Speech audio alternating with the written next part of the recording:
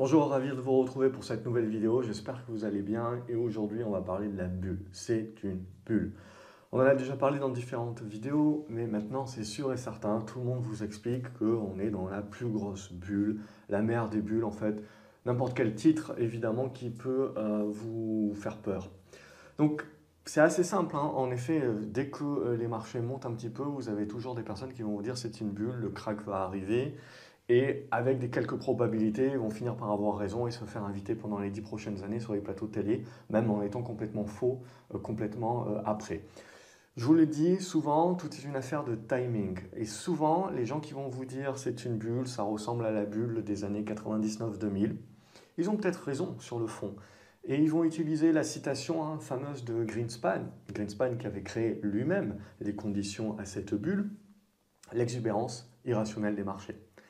Sauf qu'il faut remettre les choses dans leur contexte et c'est toujours la même chose, l'histoire oublie les détails, hein, de la même façon que l'histoire oublie ceux qui perdent. La vérité n'est que celle des vainqueurs. L'idée, c'est toujours la même chose, c'est de se dire, quand est-ce qu'il a prononcé cette phrase, Greenspan? Il a prononcé en 1996. Quand est-ce qu'il y a eu l'éclatement de la bulle? En 2000. Et encore, c'est toujours la même chose. L'éclatement de la bulle en 2000, en mars 2000, très bien, on a eu une cassure d'un support, etc. Mais on ne pouvait pas dire à l'époque éclatement de la bulle. C'est toujours la même chose. C'est facile pour moi, pour tout le monde, de revenir en arrière, de regarder ce qui s'est passé dans le passé et de vous dire, bon là, c'était le meilleur moment pour vendre. Super, mais quand on est dans le feu de l'action, quand on est dedans, on sait juste qu'on vient de casser un support, on ne sait pas que si on a déclenché l'éclatement de la bulle à ce moment-là. Potentiellement, on a juste déclenché une correction intermédiaire dans un cycle qui reste haussier. Et quelque part, la crise du Covid, ça a été exactement ça. On a déclenché un crack, puisqu'on a baissé de plus de 30%, mais à l'intérieur d'un super cycle haussier du marché. Et tout ce qu'on a fait jusqu'à présent, c'est reprendre en fait ce cycle-là. Donc, on est dans des... Donc, c'est toujours l'histoire des poupées russes, vous le savez. Il faut toujours prendre les mouvements que l'on a comme étant un anse sur une tendance longue et on a des mouvements correctifs à l'intérieur de cette tendance longue. Donc, c'est la même chose ici. Se dire qu'on est dans une bulle, oui, très bien. Mais quand est-ce qu'elle va éclater? Personne n'est capable de vous le dire, c'est impossible à savoir. Et quand elle aura éclaté, il y a fort à parier qu'on ne le saura même pas encore. Ce n'est que après coup, quand on aura en effet mis un terme à la tendance haussière, etc., d'un point de vue graphique, on pourra le voir assez simplement, que là, on pourra se dire, ok, on a éclaté. Et on pourra revenir en arrière et se dire, bon, là, c'était le moment où ça a éclaté. Et dans 10 ans, il y aura des gens qui écriront des bouquins sur justement la bulle post-Covid et qui vous expliqueront le moment précis où c'était l'éclatement de la bulle. Mais quand on est dans le feu de l'action, c'est impossible de le savoir. Et si vous l'anticipez, et on va encore paraphraser Peter Lynch, mais si vous l'anticipez, il y a fort à parier que vous allez vous planter. Et que même si vous réussissez du coup à bien l'anticiper, derrière vous ne rentrerez pas sur le marché et éventuellement ça aura été juste une correction intermédiaire pour une relance haussière. Donc ça aussi, il faut comprendre aussi la différence entre un prorata qui ne remet pas en cause la tendance de fond et une véritable cassure de la tendance de fond et donc un retournement durable de la tendance de fond. Et pour l'instant, nous n'y sommes pas. Donc dire qu'on est dans une bulle, oui, mais il faut aussi à côté de cela se dire qu'on ne sait pas dire quand la bulle éclatera. Tout le monde vous parle de bulle, tout le monde vous parle d'exubérance irrationnelle. Greenspan en avait parlé aussi en 1996. 4 années. 4 années pendant lesquelles vous faisiez une performance de folie. Donc il ne faut pas aussi... Tout le monde vous dit, et c'est bien le but, hein, c'est psychologiquement, qu'est-ce qui vous fait cliquer? C'est la peur. Et donc on a peur de perdre, on a peur de reperdre ses gains, on a peur de perdre son argent, donc forcément, on va écouter les gens qui vont nous dire, il faut sauver votre argent, il faut le kit de survie, etc. Très bien, mais à côté de cela, regardez en protégeant votre argent. Si on regarde statistiquement, même si vous aviez pris une baisse, une correction dans la figure, la perte d'opportunité, c'est du coup en étant protracteur et en n'ayant pas investi, c'est tout l'argent que vous n'avez pas gagné en soi. Donc certes, en effet, vous n'avez pas perdu d'argent en étant très bullish sur différents secteurs, différentes obligations, sur l'or, etc. Tout ça, ça a bien marché, etc. Mais ce qu'il faut se dire, c'est en étant très protecteur, en étant très réservé, Et du coup, en ne changeant pas, en n'apprenant pas à changer son fusil d'épaule et à adapter son investissement et à comprendre ce système de poupée russe, c'est-à-dire qu'on peut avoir une vue long terme, une vision long terme sur qu'est-ce qui va fonctionner, quels sont les secteurs à privilégier, mais comprendre également qu'il va y avoir des cycles intermédiaires. Et donc ça, c'est pour moi le plus important. Pour, au-delà de juste dire c'est une bulle, parce que ça n'apporte strictement rien de dire c'est une bulle, si ce n'est vous faire peur, vous faire cliquer sur le bouton vendre et ne pas suivre vos plans et potentiellement du coup avoir une perte d'opportunité derrière. Et croyez-moi, les pertes d'opportunité, ça vous coûtera bien plus d'argent que finalement les pertes que vous allez prendre en étant resté sur le marché en attendant d'avoir votre signal de vente. Alors du coup, c'est toujours la même chose dans ce système-là. Comment on forme les bulles? C'est toujours, on a la peur de louper le train. Et une bulle, ça ne se forme pas du jour au lendemain. Ça prend du temps à se former et il faut que derrière, ça soit d'une manière générale, globalement en fait, qu'on ait capté l'épargne. Et quelque part, c'est ce qui est en train de se passer. On a beaucoup capté l'épargne. Si bien que pendant toute l'année précédente, on se disait ça peut monter parce qu'il y a beaucoup de cash et ce cash-là, il est en attente. Et aujourd'hui, ce cash-là, il a été investi. Donc, on manque de cash. Alors, il y a toujours un influx qui arrive en début d'année, mais l'idée, c'est de se dire là, on manque de cash. Donc, du coup, qu'est-ce qui se passe? Pour continuer à investir, on est obligé d'aller chercher de la dette. Donc, on va s'endetter, prendre des effets de levier. Donc, tout ça, évidemment, ça ne fait que renforcer la bulle.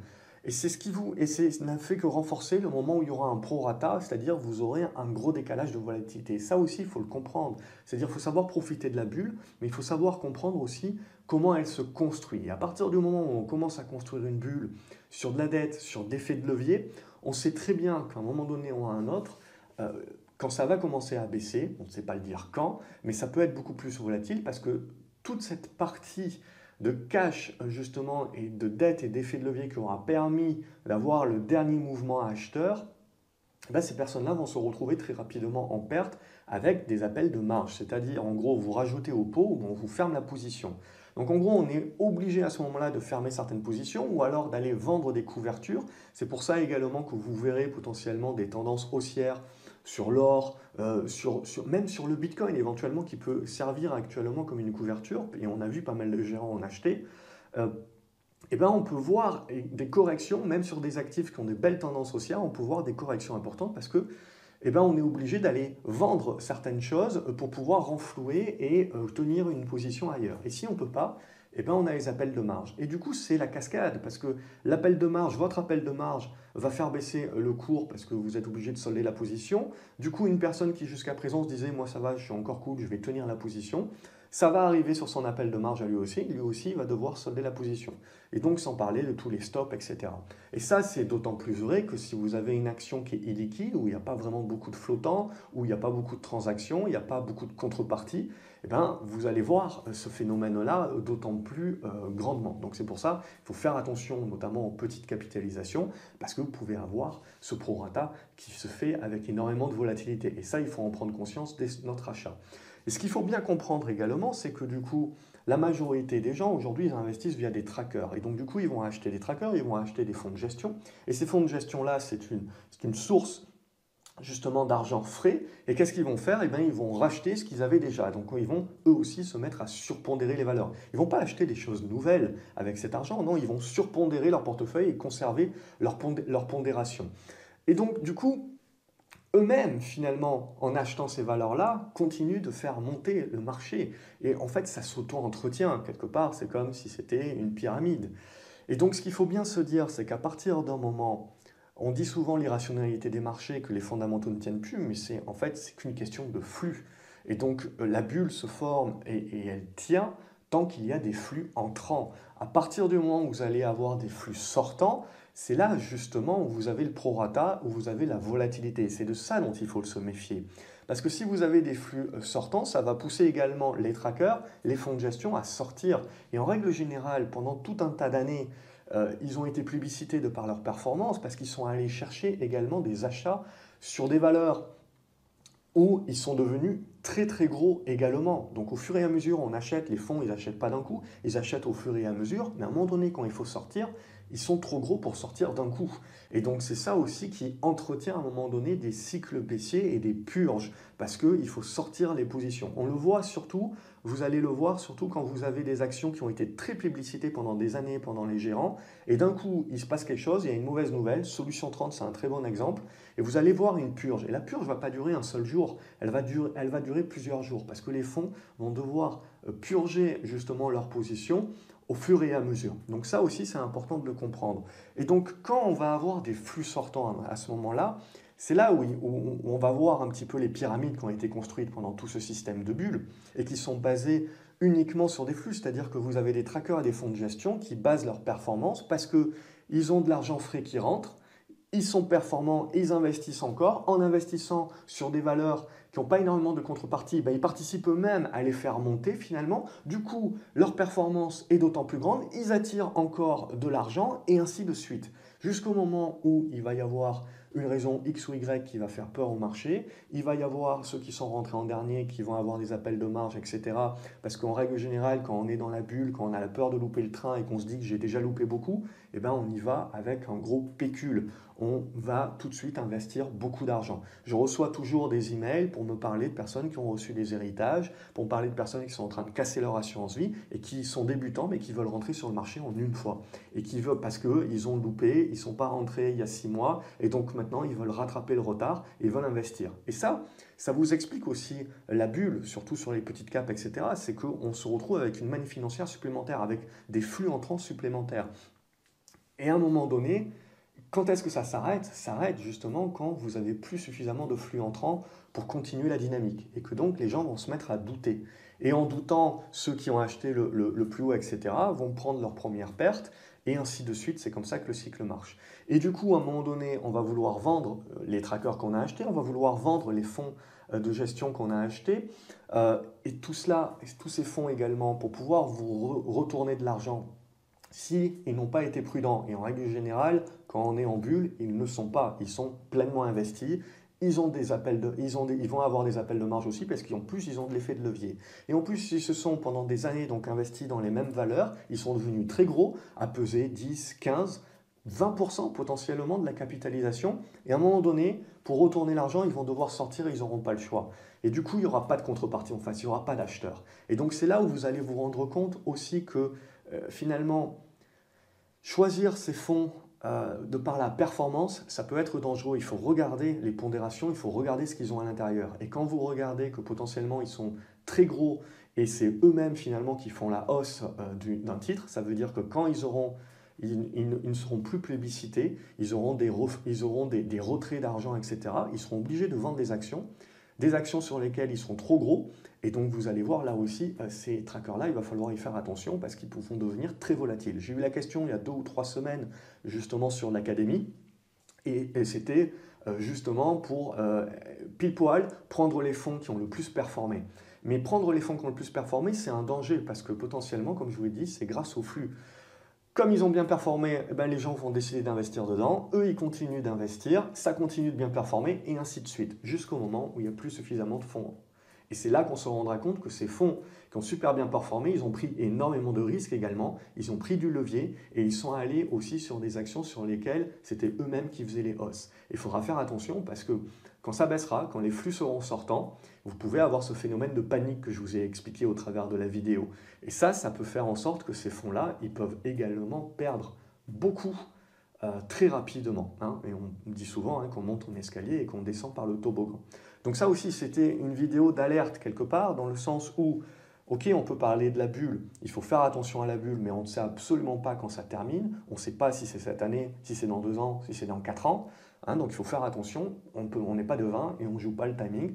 Et par contre, on fait attention justement à suivre quelque part et avoir la peur de louper le train et en achetant juste ce qui a très très bien performé, parce que tout ça, ça tient grâce au flux. Et donc, comme je vous l'avais expliqué, toute l'année dernière, moi, ce qui était important pour moi, c'était de savoir quel était le niveau de liquidité des gérants et donc de baser justement le fait qu'on pouvait continuer comme ça tant qu'il y avait du cash. Maintenant, il n'y a plus de cash, il n'y en a plus beaucoup, donc c'est une affaire de rotation. Et le marché tient uniquement sur la base de ces flux. Et donc, s'il y a un élément X ou Y, je ne suis pas devin, j'en sais absolument rien, mais c'est ça, ce à quoi il va falloir faire attention, c'est qu'est-ce qui peut faire peur au marché pour engager des flux sortants. Et si ces flux sortants deviennent importants, c'est là qu'il faut se méfier parce que le prorata peut être d'autant plus important. Donc c'est ça dont il va falloir se méfier, la volatilité. La volatilité pour un trader qui sait ce qu'il fait, comme je l'ai dit souvent, c'est une opportunité parce que ces prorata également seront vus comme des opportunités d'achat par des personnes qui auront su conserver du cash et qui sauront profiter de la panique et donc d'une volatilité supplémentaire. Donc on n'oublie pas ça également. Donc voilà un petit peu pour cette vidéo. Je pense que c'était important aussi de vous faire un rappel sur ne pas sauter sur tout ce qui bouge juste parce que ça a été performant. C'est la même chose que ne pas acheter un dividende juste parce qu'on vous propose 15%. Toujours le rapprocher par rapport à de quoi on parle, où est-ce que vous mettez les pieds et ne pas faire ces choix d'une manière trop rapide. Donc voilà ce qu'il faudra regarder, je pense, sur cette année 2020, c'est qu'une histoire de flux. À partir du moment quand on vous dit les fondamentaux, oui, très bien, à long terme, mais à un moment donné, c'est une histoire de flux. Donc on est capable de survaloriser parce qu'on a des flux entrants. Et on sera capable de revenir à la moyenne, justement, quand ces flux commenceront un petit peu à avoir peur et à déserter. Pour l'instant, il n'en est rien. Comme je vous l'ai dit, tant que la musique joue, on continue de danser, mais c'est important. Et c'est pour ça que je vous fais la vidéo également et que je vous le répète constamment. C'est important de l'avoir dans un coin de sa tête pour éviter de prendre des risques démesurés, puisque quand la volatilité reprendra, en règle générale, le marché nous prévient quand même à l'avance, mais c'est important, nous aussi, de ne pas avoir les mêmes défauts que les géants, même si on est plus petit, et de ne pas être trop gros sur des positions, sur les carnets, dont les carnets peuvent devenir secs.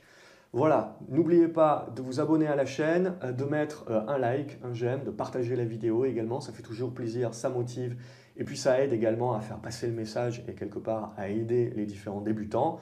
N'oubliez pas de me dire ce que vous en pensez vous dans les commentaires, de faire un coucou, ça fait toujours plaisir également. Je vous retrouve à la prochaine vidéo. Salut les graphes.